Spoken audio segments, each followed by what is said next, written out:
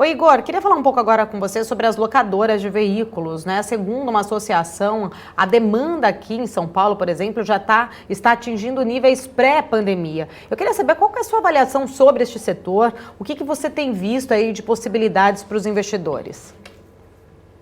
Legal. Esse é um setor que ele foi do céu, assim, do céu ao inferno muito rápido no início da pandemia, né? A primeira coisa que todo mundo pensou uma das primeiras coisas que as pessoas vão cortar são viagens, circulação em aeroporto, etc. E aí logo a demanda por aluguel de veículos vai cair drasticamente, tá? Mas o que a gente viu ao longo de 2020 e continua em 2021 é que esse setor, na verdade, ele foi a salvação para alguns subsegmentos da economia, né?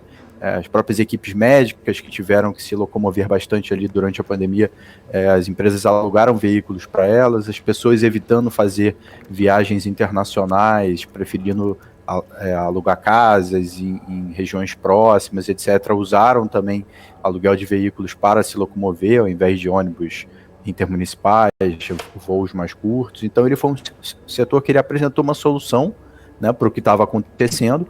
E aí, uns 2, 3 meses ali após o início da pandemia, a gente já começou a ver uma retomada bem forte de demanda por aluguel de veículos, tá?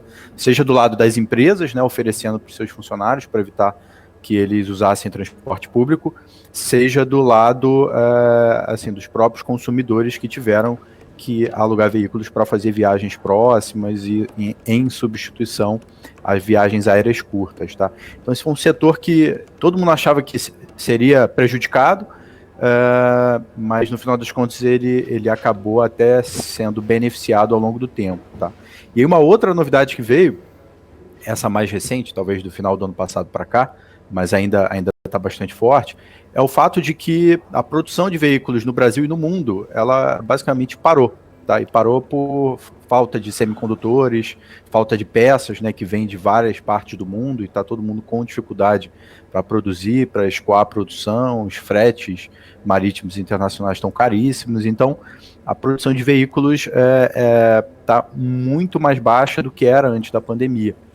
E, ao mesmo tempo, muitas pessoas decidiram comprar carro, né? Decidiram parar de vez de usar transporte público ou quiseram trocar de carro durante a pandemia e você não tinha oferta, você não tinha produção. Então, muita gente partiu para carro seminovo, né? Que são justamente os carros que as locadoras vendem, né? E aí, quando eles partiram para carro seminovo, o preço do carro seminovo disparou. Então, assim, pensa na vida de uma locadora de veículo, né? Você está com uma demanda forte para o seu business principal, né, que é de aluguel, né? O seu business, digamos assim, secundário, que é a venda de veículo, também passou a ficar muito forte em função dessa demanda por carros usados, né? Como não tinha carro novo, todo mundo correu para carro seminovo. Então, esse ativo, né, que as companhias carregam no balanço, ele se valorizou muito, tá? Isso vem desde o final do ano passado até agora e a gente não está vendo ainda nenhuma restrição nesse sentido, tá? Aliás, nenhuma mudança do que está acontecendo. Assim, a produção ela está sendo retomada muito lentamente, mas a demanda continua muito forte, né?